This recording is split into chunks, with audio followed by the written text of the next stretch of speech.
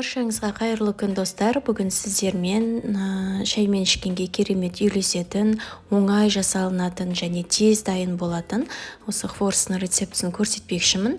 Негізі барлығымыз білеміз, бұрыннан бері біздің бала күнімізден жеп жүрген хворостың түрі. Бұны дайындау үшін біз 2 жұмыртқамызды жарып аламыз, үстіне жарты шай қасық тұз саламыз. Егер тұз көп болып кетеді деп ойласаңыздар, шым ғана дәмін келтіріп тұз салсаңыздар болады.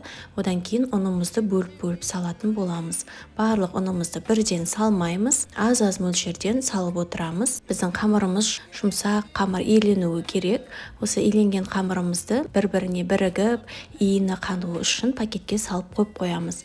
15-20 минуттан кейін осы біздің қамырымыз жұмсарады. Осы жұмсарған қамырымызды астына ұн сеуіп, жұқа етіп оқтаумен жайып шығамыз.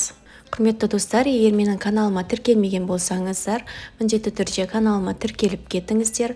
Менің каналымнан өте оңай рецепттерді көре аласыздар. Ыстық тағам түрлерін, кешкі астың рецептілерін, шаймен ішуге тәттілердің барлығы менің каналымда бар. Одан кейін біз осылай қамырымызды жұқа етіп жайып шығамыз. Мінекей өздеріңіз видеода көргендей, астындағы столыңыздың суреті көрінгенше жаясыздар. Дастархан болса дастарханыңыздың суреті көрінгенше жұқа етіп жайып шығасыздар. Және осылай біз қамырымызды жайып болғаннан кейін осы қамырды 5-10 минутқа қойып қоямыз. Өзі қамырымыз біздің кебуі керек. Сол кезде біздің қамырымыз кепкеннен кейін бір-біріне жабыспай жақсы кесілетін болады. Одан кейін оқтауымызға осылай барлығын жинап аламыз да ортасынан кесеміз. Видеода көргеніңіздей.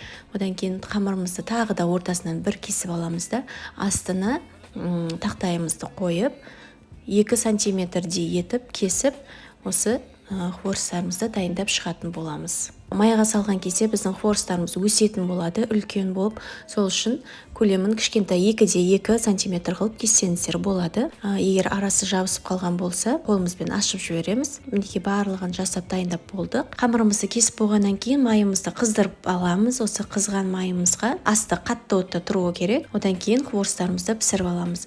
Хворосты салған кезде көп сал жүрмеңіздер, аз мөлшерден ғана салыңыздар, өйткені олар көбейеді және сіз оны майдан алып шығам дегенше басқа бөліктері күйіп кетуі мүмкін. Сондықтан мейлінше аз мөлшерден қолыңыздың бір жарты уыстай ғана салып отырасыздар. Мінекей барлық хворостарымызды пісіріп алдық. Енді оған қоюлатылған сүтімізді құятын боламыз. Біздің қоюлатылған сүтіміз қою болып араластыруға ыңғайсыздық тудырмас үшін алдын ала 30 секундқа микроволновкада ерітіп аламыз. Одан кейін осылай барлығын ыдысымызға салып араластырып шығамыз. Қажетті мөлшерде ғана құямыз. Дәл осы рецептпен жасайтын болсаңыздар, сіздерде 4 тәрелке хворост шығатын болады. Және өзіңіздің қалауыңызға қарай макпен сәндесеңіздер де болады, немесе осылай шоколадты ерітіп бетіне сепсеңіздер болады. Егер шоколадты ерітпей теркадан өткізіп қойсаңыздар да бетіне сепсеңіздер де болады. Жасап көріңіздер, ас болсын.